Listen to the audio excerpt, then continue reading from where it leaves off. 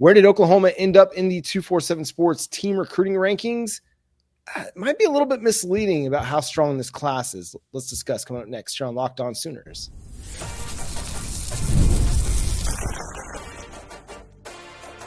You are Locked On Sooners, your daily podcast on the Oklahoma Sooners. Part of the Locked On Podcast Network, your team every day.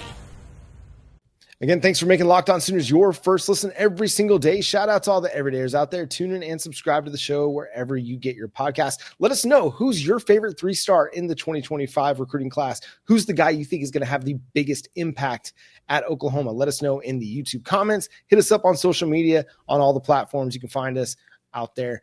So, Jay, we're looking at the 247 Sports team recruiting rankings, and the Oklahoma Sooners come in at 17th, which is 10th among SEC teams.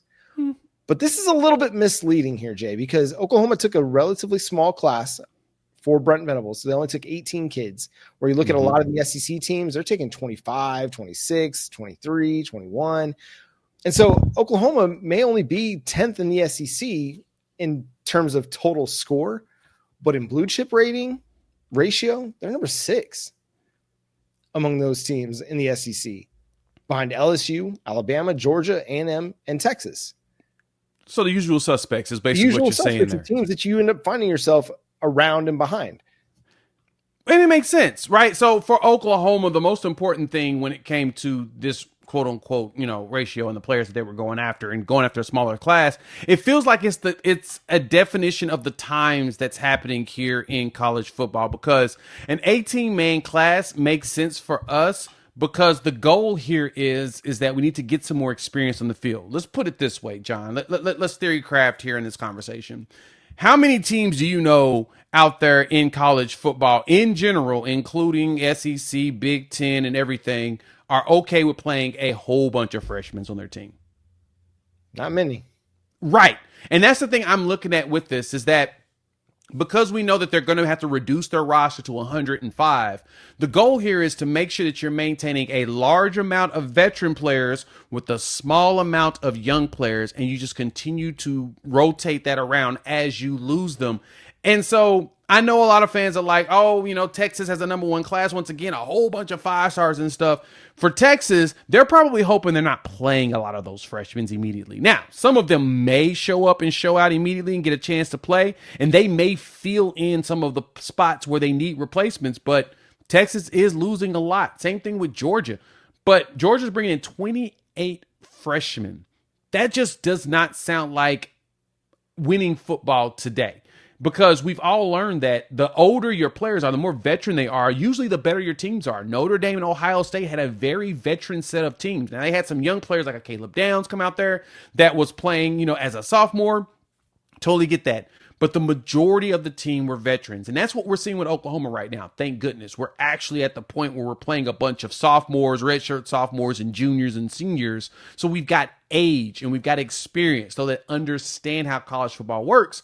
So I don't think it's going to be as big of a problem. But, John, when I look at that, 18, to me, it's like, okay, we're going to play we need youth to be in the background, but we're also going to hit that portal. Well, and I think also they probably didn't have as many guys portal out as maybe they expected.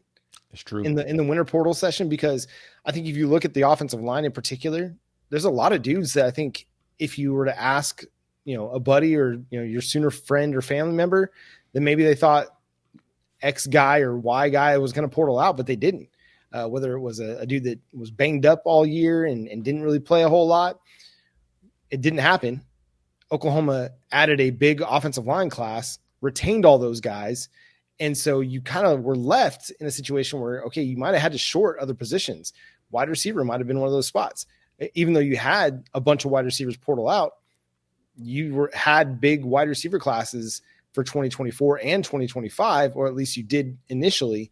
And so you had to change some things up a little bit. You had all your running backs return. I don't think anybody maybe anticipated that really happening. At all. So your safety room is still big. Your corner room is still big, and it's young.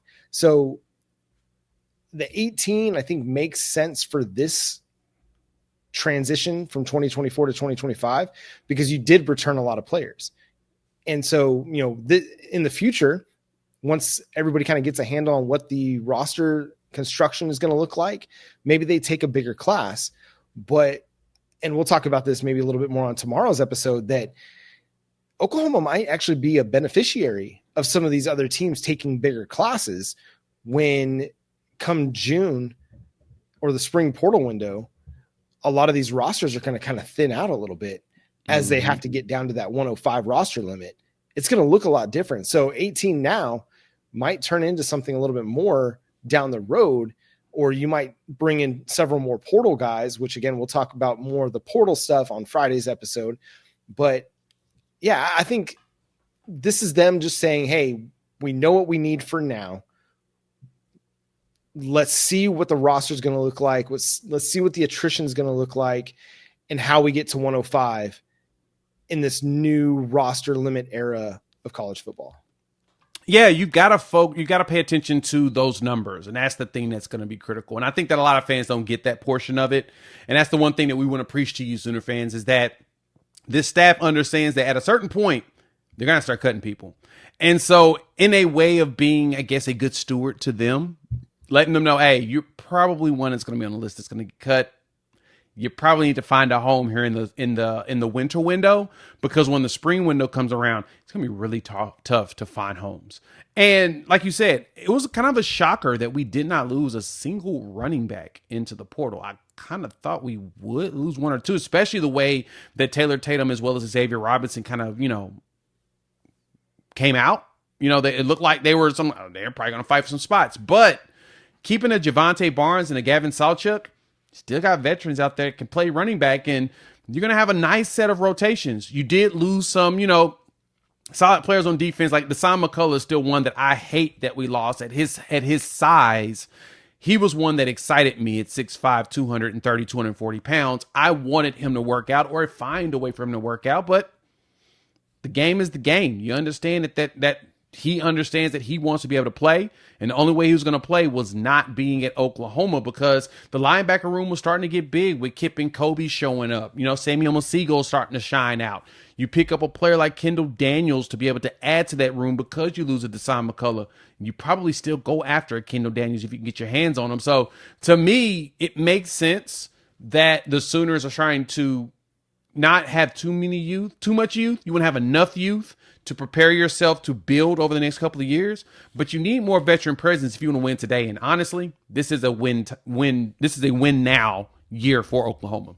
Yeah, very much. Brent Venables is on the hot seat. Oklahoma's got to do something in 2025 to course correct a little bit and allay some of the concerns about the direction of the program. And that's going to do it for today's episode of Locked On Sooners. Thanks so much for tuning in and being a part of the show. Subscribe to the show wherever you get your podcasts. We're free and available on all podcast platforms and on YouTube. So hit that subscribe button, that notification bell to let you know when new episodes drop. Follow Jay at Unfair Sports. Check out his channel on YouTube, Unfair Sports, where he covers Oklahoma and all of college football over there. Follow me at John9Williams. You can also read my work covering the Sooners over at SoonersWire.com. The show is at Locked On Sooners on TikTok, Instagram, Twitter, Facebook, Pinterest, Threads, not on Blue Sky, but maybe eventually we'll get over there as well. But until next time, he's Jay Smith. I'm John Williams. We'll talk to you then. Boomer Sooner.